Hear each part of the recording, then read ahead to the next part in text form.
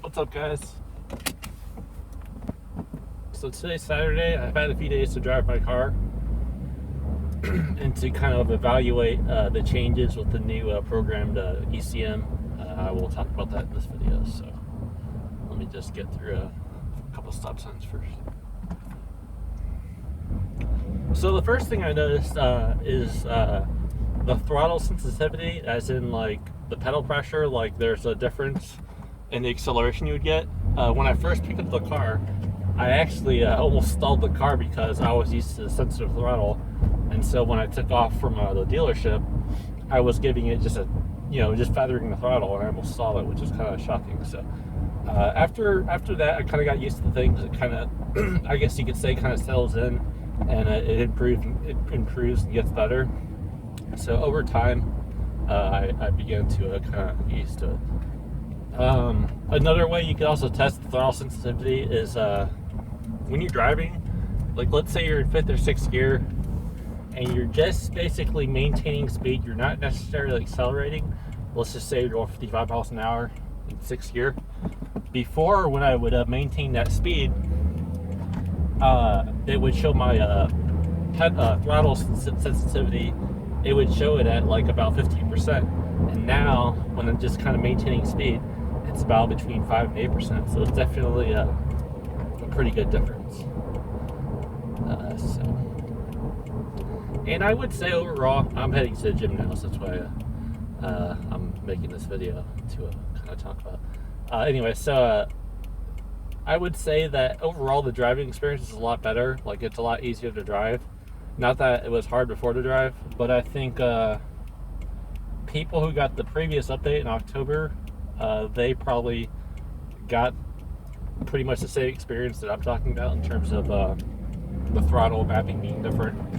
When I talked to the service advisor, he was saying that basically what was happening is with the ECM reflash, basically at higher throttle, there would be more fuel be injected into the engine, and then during cruising and highway, it kind of leans out the mixture.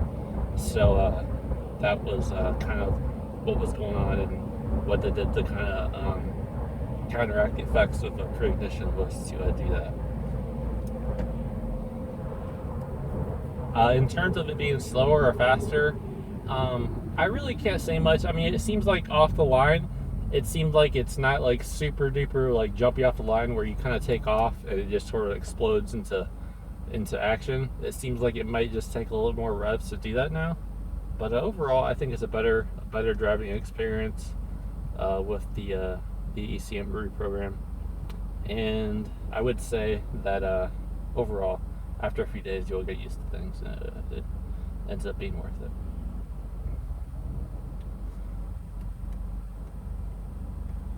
Once I get onto the main roads, I'll try to find an area to give it some throttle.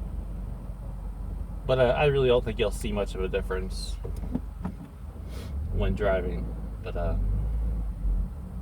do it anyways, because it's just fun.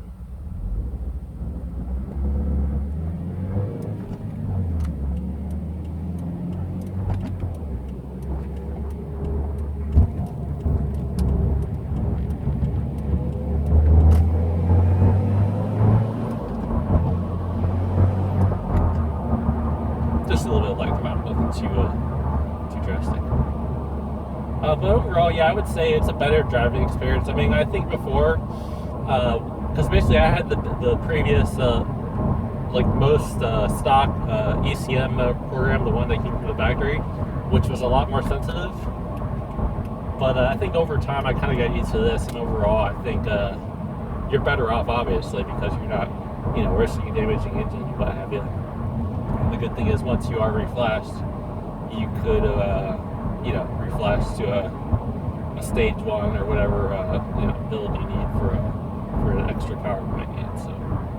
So yeah, for the most part, I would say after a few days, you kind of get used to it. At first, I kind of thought I didn't like it, but overall, I guess it's a better driving experience. The shifting seems a little bit smoother. And for some reason, I think I almost want to say, I could be wrong, it could be just a placebo effect, but I kind of want to say that the idle is a little bit quieter, like after the car's been warmed up. It just seems like it's quieter, but then again, it has